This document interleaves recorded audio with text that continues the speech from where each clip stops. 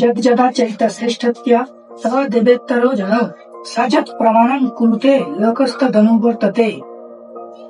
কর্মযোগ ৩ নম্বর অধ্যায় ২১ নম্বর শ্লোক। এই শ্লোকে বলা হয়েছে যে শ্রেষ্ঠ মানুষ যেভাবে আচরণ করেন সাধারণ মানুষ তার অনুসরণ করেন। তিনি যা প্রমাণ বলে স্বীকার করেন সমগ্র পৃথিবী তার অনুকরণ করেন। অর্থাৎ আমাদের যদি কোনো নির্দিষ্ট লক্ষ্যই না থাকে, আমরা যদি উচ্ছৃঙ্খল ভাবে জীবনযাপন করি, তাহলে আমরা অধঃপতিত হব। কিন্তু কোন শ্রেষ্ঠ ব্যক্তি বা মহান ব্যক্তি তাদের পদ অনুসরণ করি, তাহলে আমরা সেই উচ্ছৃঙ্খল জীবন থেকে বেরিয়ে আসতে পারবো।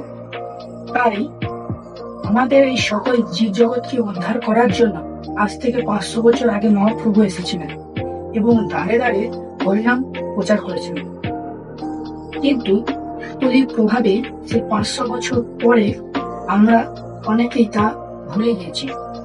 তাই সে ৫০০ বছর পর আমাদেরকে উদ্ধার করার জন্য শ্রীল প্রভুপাদ এসেছেন।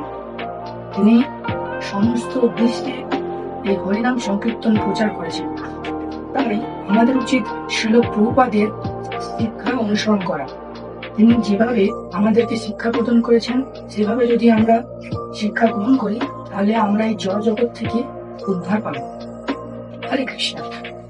তাই আমাদের সকলেরই উচিত শ্রীল প্রভুপাদের দেখানো পথ অনুসরণ করা, যিনি আমাদেরকে সঠিক নিয়মে জীব জগৎকে উদ্ধার করার শিক্ষা দিয়েছেন।